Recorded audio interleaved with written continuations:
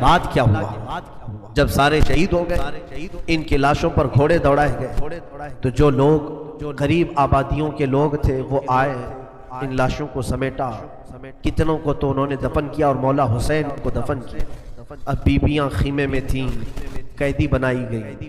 سیدہ زینب فاطمہ زہرا کی سگی بیٹی، حسین ابن علی کی سگی بہن، زوجات امام حسین بی بی سکینہ ہیں۔ اس خیمے میں چند عورتیں رہ گئیں اور بیمار زین العابدین ہیں۔ یزیدی لشکر کی طرف سے لوگ آئے اور کہا کہ اپنے ہاتھ آگے بڑھاؤ۔ ہاتھ آگے بڑھائے گئے تو ان کو ہتھکڑیاں ڈال دی گئی۔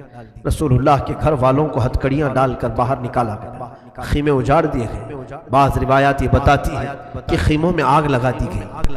جب خیمے جل گئے، شام کا وقت تھا، مغرب کے بعد یہ لٹا ہوا تاخت و تاراج قافلہ کوفہ کی طرف جا رہا تھا۔ کربلا سے اب یہ کوفہ جا رہے تھے، لیکن ظالموں نے جتنے شہید ہوئے تھے ان کے سر سنبھال کر رکھے تھے۔ امام حسین ابن علی کا سر لے لیا، عباس علمبردار کا سر لے لیا، اور علی اکبر امام قاسم کے سر کاٹ کر لے لیے۔ سارے سروں کو انہوں نے، اس لیے کہ اس وقت ثبوت پیش کرنے کے لیے سر دکھانے پڑتے تھے کہ ہم نے ان کا قتل کیا ہے، اب سروں کو انہوں نے نیزوں میں ڈال دیا اور سروں کو لے کر نیزوں سے چلنے لگے۔ یہ سفر ان کا شروع ہوا، کوفہ کی طرف چلے۔ یہاں ایک بڑی بات مجھے یاد آتی ہے، مولا حسین کی ایک کنیز تھی جس کا نام بی بی شیرین بتایا گیا ہے۔ وہ سیدہ فاطمہ زہرا رضی اللہ تعالیٰ عنہ کی بھی خدمت کر چکی ہیں۔ بی بی شیرین اس کو حضرت امام حسین نے آزاد کر دیا تھا۔ وہ کہتی تھی کہ میں آزاد نہیں ہونا چاہتی، کہا تھا کہ تو بڑھاپے کو پہنچ چکی ہے، تجھے ہم نے آزاد کر دیا۔ اور اس کے بعد مولا حسین نے جب یہ مدینہ طیبہ میں تھی، بی بی شیرین کو کہا تھا کہ تو آزاد ہے، جا۔ بہت سارا مال دیا تھا اور جمع کر کے کہا تھا کہ تو چلی جا، اپنی بقیہ زندگی آرام سے گزار۔ تو کہتی ہے ایک شرط ہے میری، میں اس شرط پر جاؤں گی۔ امام حسین ابن علی نے پوچھا کہ ہم نے تجھے کسی چیز سے روکا نہیں، منع نہیں کیا، کیا چیز تو چاہتی ہے؟ بی بی شیرین نے کہا تھا کہ مولا حسین بس چاہتی ہوں کہ میں گھر بنا لوں، گھر میں رہوں، ایک بار آپ اپنے قدم رکھ دینا، ہم غریبوں کے گھر پر ایک بار آپ تشریف لے آئیں، میری وہ معراج ہو جائے گی۔ امام حسین نے کہا بس اتنی سی بات، ہم تو غریبوں کے گھر روز جانا پسند کرتے ہیں، ہم روز جانا پسند کریں گے، جا ٹھیک ہے تیرے گھر ہم آئیں گے۔ اور بی بی شیرین نے کہا نہیں مولا، میری ایک درخواست یہ ہے کہ آپ اپنے خاندان کے ساتھ آئیں، اپنے شہزادوں شہزادیوں عورتوں کے ساتھ آئیں۔ مولا حسین نے ساری عورتوں سے کہا دیکھو بی بی شیرین کہتی ہے اس کے گھر دعوت ہے، ہم سب آئیں گے۔ اور اس کو بطور مسکراتے ہوئے آپ نے فرمایا بی بی شیرین ایسا نہ ہو کہ ہم آئیں اور تو پہچان ہی نہ سکے، ایسا نہ ہو کہ تو پہچان ہی نہ سکے۔ قدموں میں گر گئی، کہا کہ میں آپ کے گھر کی کھائی ہوئی، میں آپ کی پروردہ، کبھی آپ کو نہ پہچانوں، ایسا کیسے ہو سکتا ہے؟ وہ خاتون گئی، کوفہ کے قریب ایک چھوٹی سی بستی میں گھر بنایا، بڑا اچھا سا گھر بنایا، اور اس کی بستی والے بھی اس کی بڑی عزت کرتے تھے کہ یہ فاطمہ کے گھر کام کی ہوئی عورت ہے، حسین ابن علی کے گھر کام کی ہوئی عورت ہے۔ وہ ہر گھر میں جاتی تھی، بستی والوں سے کہتی تھی لوگوں دیکھنا میں نے گھر بنایا اور پیغام بھیج دیا ہے، فاطمہ کے لاڈلے شہزادہ رسول امام حسین نے مجھے وعدہ کیا ہے ایک بار وہ میرے گھر تشریف لائیں گے۔ بستی والے کہتے تھے کیا تیری قسمت ہے کہ تیرے گھر مولا حسین آنے کی بات کر چکے ہیں، رسول اللہ کا شہزادہ تیرے گھر آئے گا۔ سب اس کی گاؤں میں بڑی عزت تھی، لوگ کہتے تھے کہ اس کی بات پر حسین آنے والے ہیں۔ ایک بار جیسے ہی بی بی شیرین کو خبر ہوئی کہ امام حسین مدینہ سے مکہ نکل چکے ہیں اور مکہ سے کوفہ آنے والے ہیں، جیسے یہ خبر ملی تو اس نے پیغام بھجوایا اور پھر اپنے گھر کو رنگ و روغن کرنا شروع کر دیا اور کمرے سجائے کہ مولا حسین کا قافلہ آ رہا ہے اور کوفہ جانے والے ہیں اور میرے گھر پر ٹھہریں گے۔ جنگ کی کوئی خبر ہی نہیں تھی، گاؤں والوں کو جیسی اطلاع ہوئی گاؤں کے سارے لوگ اس کے ساتھ مل گئے۔ پورے گاؤں میں سارے لوگ گھروں کی تیاریاں کر رہے تھے اور سب لوگ روز انتظار کرتے۔ بی بی شیرین پہاڑ کے ایک چوٹی پر صبح سے شام تک بیٹھتی، ہر آنے جانے والے قافلے والے کو دیکھتی جو مکہ سے کوفہ کے لیے آ رہا ہے جا رہا ہے، دیکھتی انتظار کرتی اس میں امام حسین اپنے گھر والوں کے ساتھ آنے والے نہیں آئے۔ کئی دن گزر گئے اور اسی زمانے میں ایک رات ایسی آئی کہ اس کے گھر ایک عورت آئی، کہا بی بی شیرین اٹھو جلدی، کہا کیا؟ کہ حاکم بصرہ ابن زیاد کا لشکر بہت بڑا لشکر ہے اور وہ لشکر باہر آیا ہوا ہے، تیرا بڑا گھر ہے، وہ چاہتے ہیں کہ آج کی رات تیرے گھر میں گزارے۔ کہا کون لوگ ہیں، کیوں آئے ہیں؟ کہا سنا ہے کہ ایک باغی نے بغاوت کی تھی اور اس کا سر کچل دیا گیا، اسے مار کر کے اس کا سر لایا گیا ہے اور اسی کو دمشق امیر المومنین یزید کے پاس لے جایا جا رہا ہے۔ بی بی شیریں نے کہا پتہ نہیں کون سا باغی تھا، کس نے بغاوت کی تھی، کس سے جنگ ہوئی تھی، خبر نہیں ہے، بہرحال اگر حاکم کا قافلہ گھر کے دروازے پر کھڑا ہے تو میں دروازہ کھول دیتی ہوں۔ دروازہ اس نے کھولا، بہت سارے رات کا وقت ہے، شہزادوں کے سر نیزوں پر لٹکے ہوئے ہیں، حسین ابن علی کا چہرہ دھول میں اٹا ہوا تھا، زلفیں چہرے پر آئی ہوئی تھیں، بیبیاں سب باندی بنا کر لائی گئی تھیں اور سب جکڑی ہوئی تھیں، چہرے ان کے بالوں سے ڈھاکے ہوئے تھے۔ اس خاتون نے دیکھا اور کہا ہائے ہائے افسوس، قیدی آئے ہیں میرے گھر۔ مولا حسین کہتے تھے قیدیوں کے ساتھ اچھا سلوک کیا جائے، قیدیوں کے ساتھ اچھا سلوک کیا جائے۔ اس نے اپنے گھر میں اندر داخل کیا، جو حاکم جو اس کے سپہ سالار تھے ان سب کو اندر بلایا، رات گزارنے کا مقام دیا، جگہ دیا، اور یہ بیویوں کو صحن کے باہر ہی چھوڑ دیا گیا، ان کو اندر نہیں لایا گیا۔ اور اس خاتون نے کہا ان قیدیوں کو بھی تو لاؤ، میرا گھر کافی بڑا ہے، میں اندر سلا لوں گی۔ اسے اب تک یہ خبر نہیں تھی یہ لٹا ہوا قافلہ ہے کس کا، آخر یہ لٹا ہوا قافلہ کس کا آیا ہے۔ رات کے وقت اس نے کھانا بنایا، سارے فوجیوں نے کھانا کھا لیا، تو بی بی سے کہا ان قیدیوں کو کھانا مت دینا، وہ کھانے کے مستحق نہیں۔ اس نے چلا کر کے کہا دیکھو ہمارا دستور یہ ہے کہ میں فاطمہ کے گھر کام کر چکی ہوں، وہاں فاقے تو رکھتے تھے لوگ، گھر میں فاقہ تو ہوتا تھا، لیکن باہر آنے والے مہمان کو بھوکا نہیں رکھا جاتا، وہ چاہے قیدی ہو، باغی ہو، جس طرح کے ہوں، مجھ سے جو بن سکے گا میں کھلاؤں گی۔ اس نے کھانے بنائے اور اس کے بعد لے کر کے آئی، اور اس کے بعد کھانا جب سیدہ بی بی زینب کے پاس رکھا تو بی بی زینب نے اپنے دونوں ہاتھ دکھائے جو پیچھے بندھے ہوئے تھے۔ اس خاتون نے بی بی شیریں نے کھولا اور ان کے بالوں سے چہرہ ڈھکا ہوا تھا، اور اس نے کھانا پروسا کہ کھا لو بیبیوں، کھا لو۔ تو بی بی زینب نے پکار کر کے اپنے بھائی کا نام لیا، یا حسین ابن علی۔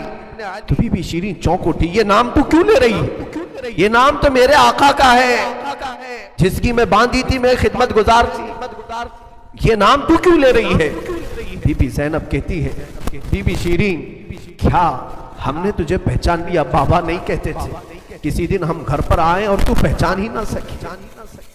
یہ جو اونچے نیزے پر سر دکھ رہا ہے تیرے آقا مولا حسین کا سر، اور یہ علی اکبر کا سر، یہ قاسم کا سر ہے۔ بی بی زینب پکارتی گئی، بی بی شیریں نے دیکھا اور پکار کر کے کہا مولا کیسی مہمان نوازی کا وقت تم نے دیا، کیا اس طرح بھی کوئی مہمان بنتا ہے کسی کے گھر؟ اور یہ کہتی ہوئی غش کھا کر گر پڑی، اس پر پانی ڈالا جاتا، وہ اٹھتی پھر غش کھا جاتی، بے ہوش ہو جاتی۔ سچ کہا تھا مولا حسین نے، اے بی بی شیریں ہم تو وعدہ کیے ہیں آ کر رہیں گے، کہیں ایسا نہ ہو کہ تو پہچان ہی نہ سکے۔ سچ کہا تھا مولا حسین، آپ اس حالت میں میرے گھر آئے کہ میں پہچان نہ سکی، کیونکہ وہم و گمان میں بھی نہیں تھا کہ فاطمہ کے لاڈلے کا کٹا ہوا سر کبھی گھر آ سکتا۔ وہ غش کھا کر کے گر گئی، روایات میں ہے۔ صبح جب اٹھا لوگوں نے، فوجیوں نے اٹھ کر کے دیکھا تو بی بی شیریں کا جسم ٹھنڈا پڑ چکا تھا، اس کی روح نکل چکی تھی، غم حسین میں لوگوں کی جانیں چلی گئی۔ یہاں آج دو آنسو ہمارے نکلتے ہیں تو لوگ ہمیں بولتے ہیں غم حسین میں لوگوں کی روح نکل گئی، جو اصلی محبت کرنے والے تھے وہ دنیا سے ہی رخصت ہو گئے۔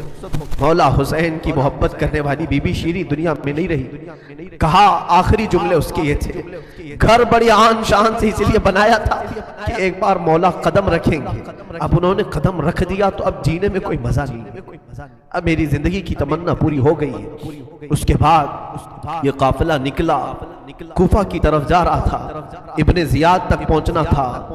حاکم بصرہ، حاکم کوفہ عبید اللہ بن زیاد کے پاس یہ قافلہ جانے سے پہلے کئی منزلوں پر رکا، دوسری رات آئی تھی۔ دوسری رات ایک گرجا گھر کے پاس ان کا قیام ہوا، وہ ایک عیسائی کا گرجا تھا، وہاں پر قیام ہوا۔ عیسائی نے دیکھا کہ بہت سارے کٹے ہوئے سر آئے، اس نے بھی اپنے چرچ میں رکنے کی اجازت دی۔ ہائے افسوس، عیسائی بھی رحم کھا رہے ہیں، کیسے وہ مسلمان تھے جو رسول اللہ کے گھر والوں پر رحم نہ کھا سکے۔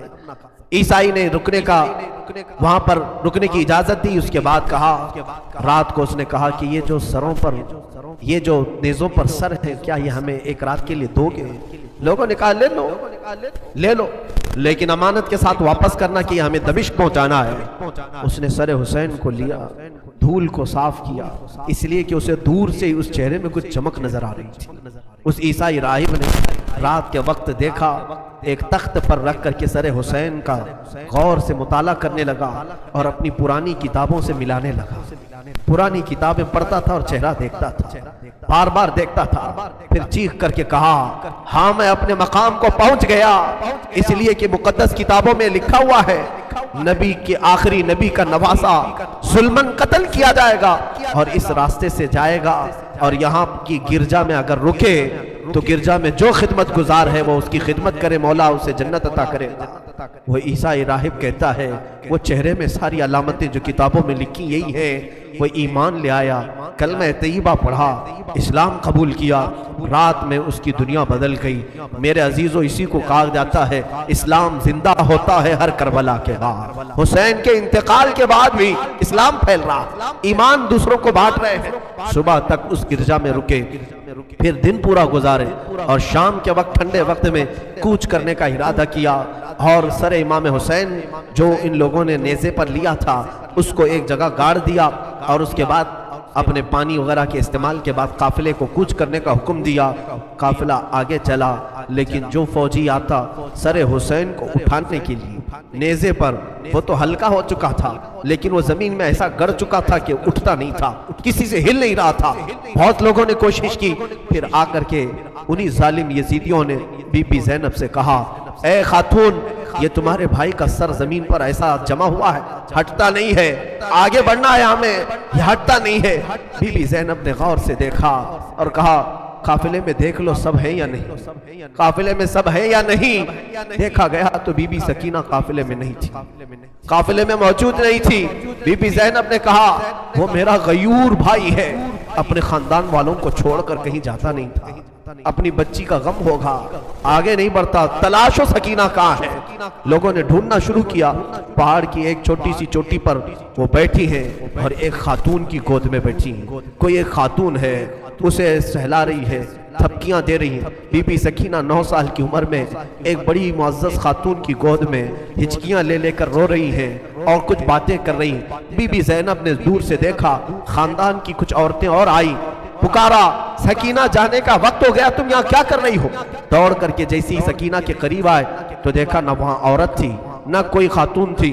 سکینہ کو اٹھایا, کیا کر رہی تھی تم یہاں, کیسے آئی, کون عورت کس سے بات کر رہی تھی.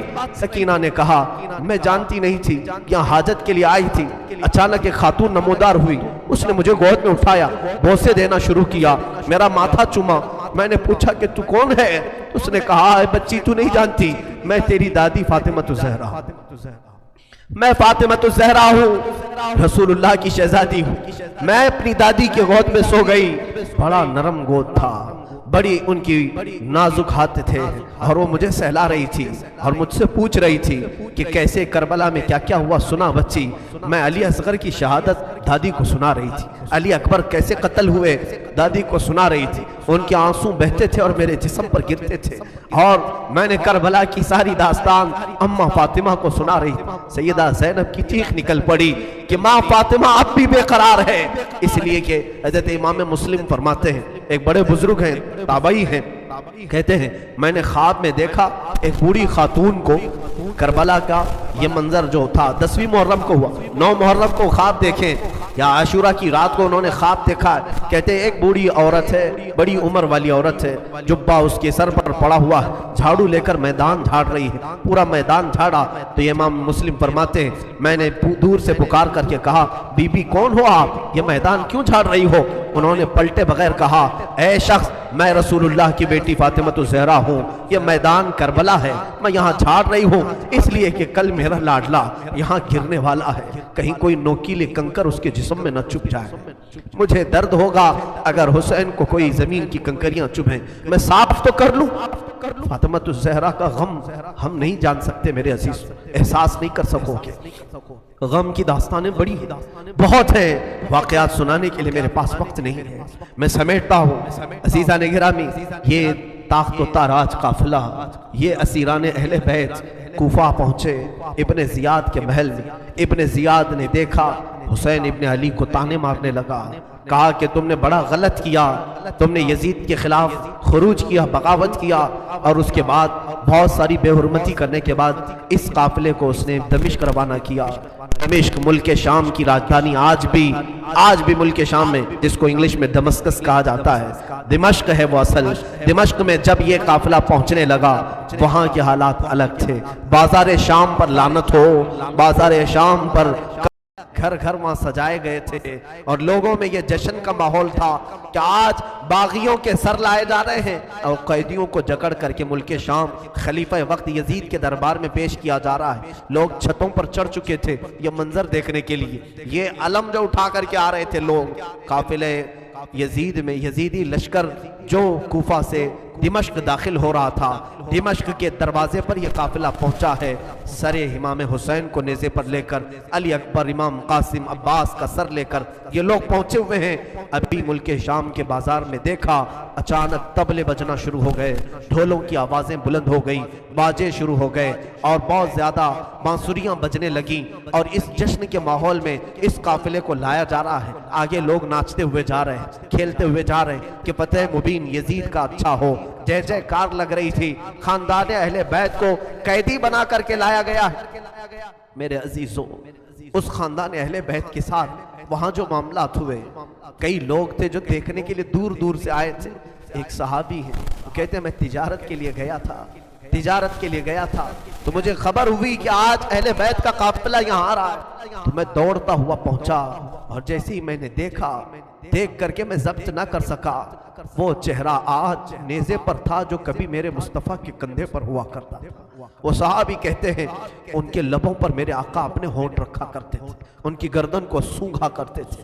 وہ حسین کی گردن کو انہوں نے تلوار سے الگ کیا ہوا تھا اور نیزے پر لا رہے تھے۔ وہ صحابی دوڑتے ہوئے آئے، کہا میری زندگی کا برا ہو، میں حسین کا ساتھ نہیں دے سکا، میں حیدر کے گھر والوں کا ساتھ نہیں دے سکا۔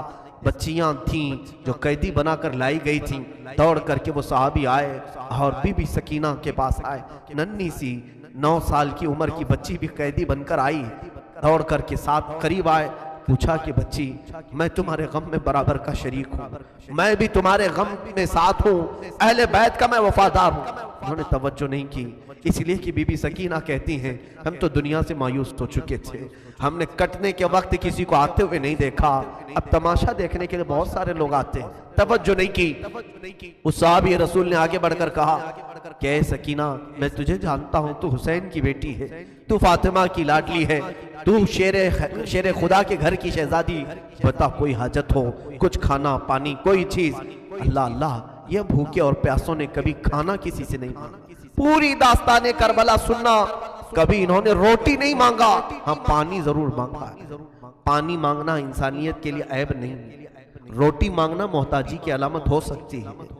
بی بی سکینہ نے کہا کہ بڑی حاجتیں پوچھ رہے ہو، کیا میری حاجت پوری کرو گے؟ کہا بتاؤ بچی، میں اپنی طرف سے جو ہو سکے کروں گا، میرے پاس پیسے ہیں، مال ہے، میں اس سے جو چاہے کروں گا۔ بی بی سکینہ نے صرف ایک درخواست کی کہ میرے نانا کے صحابی بس اتنا کام کر لو کہ یہ جو اونچے نیزے پر میرے بابا کا سر ہے، حسین ابن علی کا، اس سر کو تھوڑا آگے بڑھا دو، یہ جو جلوس میں جا رہا ہے آگے بڑھا دو۔ ہمارے گھر کی بچیاں غور سے سنیں، میرے گھر کی عورتیں کان کھول کر کے سنیں، 9 سال کی بچی کیا خواہش ظاہر کر رہی ہے، کہا اگر وہ نہیں بڑھتے ہیں تو انہیں پیسے دے، وہ انعام دے کر آگے بڑھاؤ۔ صحابی نے پوچھا کہ اس سر کو تمہارے قریب رہنا اچھا ہے، تمہارے قریب رہنا اچھا ہے، آگے کیوں بڑھانا چاہتی ہو؟ بی بی سکینہ نے کہا اس لیے کہ لوگوں کا جلوس باپ سر کو دیکھنے کے لیے آ رہا ہے، اور سارے دیکھنے بنا کر کے لائے گئے تھے۔ بیمار زین العابدین حسین ابن علی رضی اللہ تعالیٰ عنہ کے شہزادے، وہ قیدی بنا کر لائے گئے تھے۔ ایک صحابی وہاں پر حاضر ہوئے، کہا کہ کوئی حاجت ہو تو بیان فرمائیں۔ ہم آپ کے غم میں شریک ہیں۔ حضرت امام زین العابدین نے کوئی توجہ نہیں کی، یہاں تک کہ ایک سپاہی یزید کا ایسا تھا جو تھیلا بھر کر کے پتھر لے کر چل رہا تھا، تھیلا بھر کر پتھر لے کر چل رہا تھا، اور وہ باہر کھڑے ہوئے لوگوں میں پتھر بانٹتا تھا کہ کچھ پتھر تم لوگ برساؤ۔ ملک شام میں جانے کے وقت کچھ لوگ وہاں صدقے کی کھجوریں پھینک رہے تھے اس اہل بیت کے گھرانے پہ، اور کچھ لوگ پتھر برسا رہے تھے۔ یزید کے یہ مخالف لوگ ہیں، باغی لوگ ہیں، ان کے دلوں میں یزید کی محبت تھی، بنو امیہ کے وفادار لوگ تھے۔ اس قافلے پر کچھ لوگوں نے پتھر برسائے، وہ قافلہ اب اور کتنے زخم اٹھاتا، اب ان کو چھوڑا کیا تھا، لوگوں نے سارے زخم تو دے دیے تھے۔ امام زین العابدین نے اس صحابی سے کہا کہ دیکھو یہ پتھر برسا رہے ہیں۔ اس صحابی نے تلوار کھینچ لی اور اس کو قتل کرنے کا ارادہ کیا، آپ نے منع کیا، رک جاؤ رک جاؤ، اس لیے کہ بہت سارے قتل میں نے اپنے بابا کے دیکھے، اور وہاں کوئی بھی اپنی تلوار لے کر ہماری مدد کے لیے نہیں آ سکا۔ امام زین العابدین کا یہ لٹا ہوا قافلہ یزید کے دربار میں لایا گیا، اور سر امام حسین کو ایک دشت میں رکھ کر پیش کیا گیا۔ یزید اپنے ہاتھ میں چھڑی لے کر مولا حسین کے لبوں پر مارتا تھا اور کہتا تھا، حسین تمہاری جوانی ختم ہو گئی، کاش تم میری بیعت کر لیتے تو تم زندگی سے ہاتھ نہیں دھوتے، اور کبھی میں نہیں چاہتا کہ تمہارا قتل ہو جائے۔ اس نے جھوٹے الفاظ میں لوگوں کو اس طرح ورغلایا۔ سیدہ زینب نے وہاں پر ایک جرأت مندانہ خطبہ دیا تھا، مولا حسین کی سگی بہن یزید کے دربار میں خطبہ دی تھی، اور اس کے بعد پھر یہ اسیران اہل بیت کو یہاں ملک شام میں چند دن ٹھہرایا گیا اور آزاد کیا گیا، مدینہ طیبہ کے لیے رخصت کرنے کا حکم ہوا۔ یہ لٹا ہوا قافلہ مدینہ آیا۔ اللہ اللہ، مدینے کو جب یہ لوگ پہنچے، اہل مدینہ کہتے ہم کو شہادت کی خبر پہلے سے مل گئی تھی، کربلا میں مولا حسین کا قتل ہو چکا ہے، خاندان اہل بیت کے ساتھ برا سلوک ہوا ہے۔ پورا مدینہ سرحد پر آ کر کھڑا ہو گیا تھا۔ مدینے کے باہر انتظار میں وہاں ننھی سی سغرا بھی تھی، مولا حسین کے کچھ گھر والے بھی تھے، وہ انتظار میں تھے۔ جیسے ہی لوگ مدینہ طیبہ میں داخل ہونے لگے، بیویوں کو دیکھ کر مدینے والے چیخ پڑے، سارے مدینے والے زاروں قطار رونے لگے۔ سیدھا یہ قافلہ آیا بارگاہ رسول میں، مصطفیٰ صلی اللہ علیہ وسلم کی قبر انور کے پاس پہنچ گیا، اور پھر بی بی زینب وہاں کھڑے ہو کر شروع سے لے کر اخیر تک کی داستان میرے آقا کو سنانے لگی۔ یا رسول اللہ، آپ کا دوش پر سوار ہونے والا شہزادہ، آپ کا محبوب نظر حسین بڑے زخموں سے چور چور تھا۔ یا رسول اللہ، وہ کربلا میں لاشیں اٹھاتا رہا، پیاسا رہا، بھوکا رہا۔ مدینے کے لوگ کہتے ہیں پورا مدینہ صرف زندگی میں 2 مرتبہ سب سے زیادہ رویا ہے، ایک اس وقت جب میرے آقا کی وفات ہوئی تھی، دوسرا اس وقت جب اہل بیت کا قافلہ مدینے میں لٹ کر داخل ہوا تھا، سارے غموں سے نڈھال تھے، ہر کوئی پریشان حال تھا۔ بی بی سغرا ننھی سی تھی، 6 سال کی تھی، بار بار لپٹ کر کے بی بی زینب سے کہتی ہیں وہ ننھا بچہ کہاں ہے علی اصغر جس کے ساتھ میں کھیلتی تھی، وہ کہاں ہے، فلاں کہاں ہے۔ بچی کے دماغ میں جتنے یاد تھے سب کو پوچھا کرتی تھی۔ بی بی زینب کہتی ہیں ہر ایک کے جواب میں جب میں کہتی تھی وہ بھی انتقال کر گئے۔ بی بی سغرا پوچھتی تھی کیا کربلا میں موت سستے میں ملتی ہے؟ جہاں آپ لوگ گئے تھے موت بہت سستی ہے، اتنوں کو کیسے آپ نے موت کے گھاٹ اتار دیا؟ بی بی زینب کے پاس کوئی الفاظ نہیں تھے۔ امام زین العابدین کا زندگی بھر یہ حال تھا۔ اللہ اکبر، زین العابدین وہ تنہا شہزادے ہیں میرے مولا حسین کے جو پھر 95 ہجری تک باحیات رہے۔ امام حسین کی شہادت ہونے کے بعد 61 ہجری میں جو شہادت ہوئی اس کے بعد سے سن 95 ہجری تک آپ باحیات رہے، لیکن روتے روتے آنکھوں کا پانی سوکھ گیا تھا۔ لوگ کہتے ہیں امام زین العابدین کو ہم لوگ دیکھتے تھے، کبھی وہ روتے تھے تو دونوں آنکھوں سے خون نکل آتا تھا۔ لوگ پوچھتے کہ مولا زین العابدین سجاد آپ اتنا کیوں روتے ہیں؟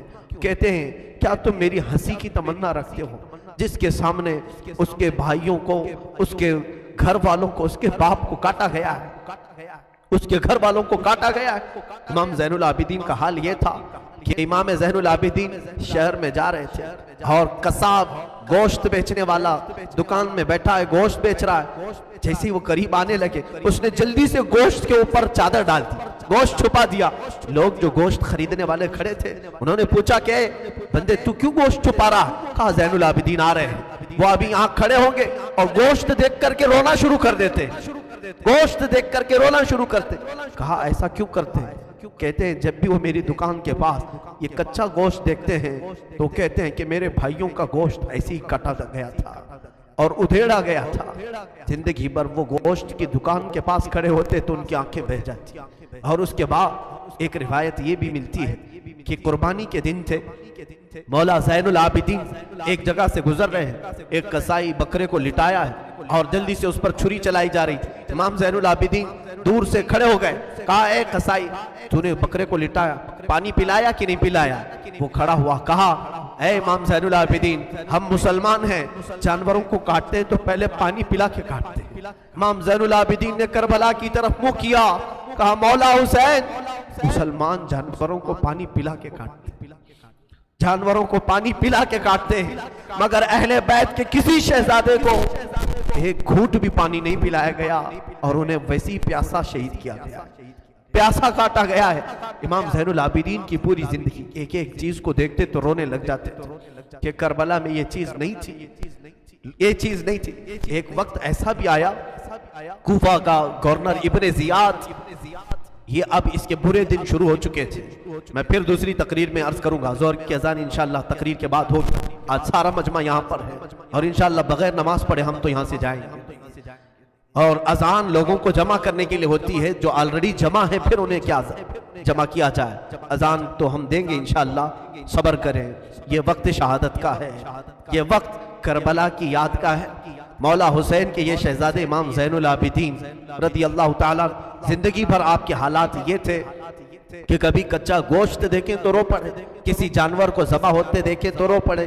ایک بار امیر کوفہ ابن زیاد، اب امیر مختار نام کا ایک شخص جو بدلہ لینے کے لیے بعد میں اٹھ کھڑا ہوا، بعد میں کوفہ میں ایک ایسا شخص ظاہر ہوا جس کا نام مختار ثقفی تھا، اس نے اعلان کیا کہ میں قاتلان حسین کا بدلہ لوں گا، اور اس نے اٹھ کر کے کچھ اہل بیت سے محبت کرنے والوں کو اپنے قافلے میں جمع کیا، اور یہ قافلہ بڑھتا گیا یہاں تک کہ خون حسین کا بدلہ لینے کے لیے یزید کی موت کے بعد اس نے ہر ایک کو تلاشنا شروع کیا، شمر کو ڈھونڈا، اس کو قتل کیا، اور اس کے بعد عمر بن سعد کو ڈھونڈا، اسے قتل کیا، عبید اللہ بن زیاد جو کوفہ کا حاکم تھا، جو جڑ تھا اس فساد کا، اسے ڈھونڈا، اور اس کے بعد 22,000 کا جو لشکر تھا اس میں سے کسی ایک کو بھی اس نے زندہ نہیں چھوڑا، ایک کو بھی نہیں، جتنے وہاں شریک تھے سب کو قتل کیا، سب کو قتل کیا۔ اور 22,000 کو قتل کرنے کے بعد مختار ثقفی نے یہ اعلان کیا، ابھی میں نے حسین کی ایک انگلی کا بھی بدلہ نہیں لیا،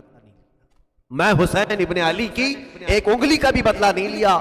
یزید خائب و خاسر ہو کر مر گیا، اور یزید کی سب سے بڑی ذلت تو یہ ہے، یزید کے بعد اس کا بیٹا معاویہ تخت پر بیٹھا، پہلے دن خلیفہ بنا کر اسے بٹھایا گیا، اس کے بعد 6 مہینے تک وہ گھر سے باہر ہی نہیں آیا، 6 مہینے کے بعد سیدھے لاش باہر آئے بیٹے کی، وہ 6 مہینے کبھی تخت پر نہیں بیٹھا یزید کے۔ لوگ کہتے تھے کہ معاویہ آپ یزید کے جانشین ہیں، وہ نیک شہزادہ تھا، دیکھیں اللہ کی مصلحت کیسی، صحابی کے پیٹ میں یزید پیدا ہوا، یزید کے پیٹ میں معاویہ، پھر اچھا شہزادہ پیدا ہوا، نیک تھا۔ اس نے کہا، لوگ جب کہتے تخت پر بیٹھ جائیے تو اس نے اس تخت کی طرف دیکھ کر کے تھوک دیا اور کہا اس تخت پر بیٹھوں جس پر شہزادہ رسول کا خون لگا ہوا ہے، اس تخت پر بیٹھوں جو تخت حسین ابن علی کے گھر والوں سے رنگا ہوا ہے، کبھی اس تخت پر نہیں بیٹھا۔ اس کی یزید کی سب سے بڑی ذلت تو اسی میں ہے کہ اس کا خود کا بیٹا اس کے تخت پر تھوک دیا، نہیں بیٹھ سکا۔ لیکن حسین کا چرچا آج بھی ہے، حسین کے شہزادے گلی کوچوں میں ہر جگہ ہے، سادات کی خوشبو تم محسوس کرو گے آج بھی۔ حسین ابن علی کے یہ صاحبزادے زین العابدین جہاں پر رہ رہے تھے خیمے میں، تو ایک مرتبہ ایسا ہوا کہ ابن زیاد جان بچاتا ہوا بھاگتا ہوا نکل آیا، کیونکہ مختار ثقفی اس کے پیچھے لگ گیا تھا، اپنے سواریوں کو دوڑا دیا تھا اس کے پیچھے کہ عبید اللہ بن زیاد جہاں بھی ملے اسے پکڑ کر کے لاؤ، اسے پکڑ کر کے لاؤ۔ تو سب اس کے پیچھے لگ گئے، مختار ثقفی کے ڈر سے عبید اللہ بن زیاد جان بچاتا ہوا بھاگتا ہوا ایک خیمے میں آیا، وہ خیمہ کسی اور کا نہیں، امام زین العابدین کا، وہاں پر پہنچ گیا، آپ قرآن پاک کی تلاوت میں مصروف تھے۔ مختار سقفی کے ڈر سے آنے والا یہ عبیداللہ بن زیاد ہانپ رہا تھا، کانپ رہا تھا۔ امام زین العابدین نے سر اٹھا کر کے دیکھا، کیا بات ہے؟ کہا پیاس کی شدت ہے، اگر تمہارے پاس پانی ہو تو پلاؤ۔ امام زین العابدین نے فوراً کھٹوری بھری اور پانی دی۔ اس نے پانی پیا اور پھر کہا اور پانی ملے گا۔ انہوں نے اور ایک کھٹوری بھری اور پھر پانی پلایا۔ اس نے پیا، 3 کھٹوریاں پانی پیا۔ عبیداللہ بن زیاد یہ سوچنے لگا شاید امام زین العابدین نے مجھے پہچانا نہیں ہوگا۔ اس نے کہا آپ مجھے نہیں پہچانے ہوں گے شاید۔ آپ نے چہرہ اٹھایا تو آنکھوں میں خون تھا، آنکھوں میں خون تھا۔ کہا اے ظالم، تجھے نہیں پہچانوں گا؟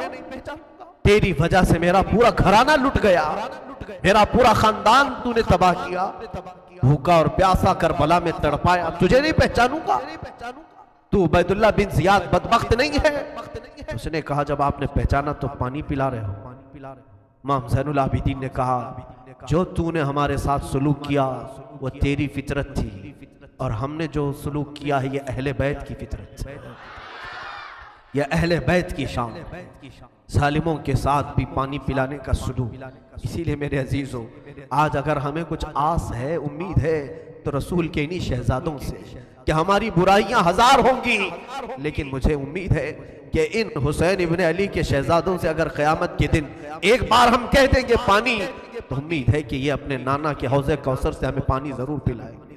تذکرہ کرو حسین کا، تذکرہ کرو اہل بیت کا اور علی کے شہزادوں کا، یقیناً حوض کوثر پر انہی کا قبضہ ہے۔ میرے آقا صلی اللہ تعالیٰ علیہ وسلم اپنے ہاتھ سے جسے چاہیں گے پانی پلائیں گے۔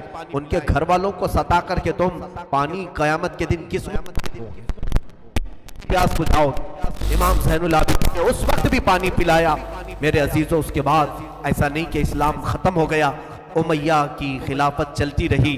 یزید کے بعد اس کا بیٹا معاویہ، معاویہ کے انتقال کے بعد پھر مروان حاکم بنا، مروان کی حکومت چلی، پھر اس کے بیٹے آئے تقریباً 90 ہجری تک، اور اس کے بعد 105 ہجری تک اسی امیہ خاندان نے خلافت کی باغڈور سنبھالی۔ اس کے بعد عباسی خلافت کا دور شروع ہوا، جو بنو عباس کہلائے، وہ اہل بیت سے محبت کرنے والے تھے۔ اتنے زمانے تک بھی اہل بیت کے ساتھ برا سلوک ہوتا تھا۔ امیہ کے پورے جتنے خلفاء آئے انہوں نے اہل بیت کے ساتھ کوئی اچھا سلوک نہیں کیا۔ امام باقر کے ساتھ، امام جعفر صادق کے ساتھ، امام موسیٰ کاظم کو 12 سال تک قید میں رکھا گیا تھا، ان کو زہر پلایا گیا تھا، کوڑے مارے گئے تھے۔ یہ اماموں کے ساتھ برا سلوک تقریباً 100 سال تک چلتا رہا، اور ایسا نہیں، رسول کا گھرانہ آج بھی لٹانے پر قربان ہے۔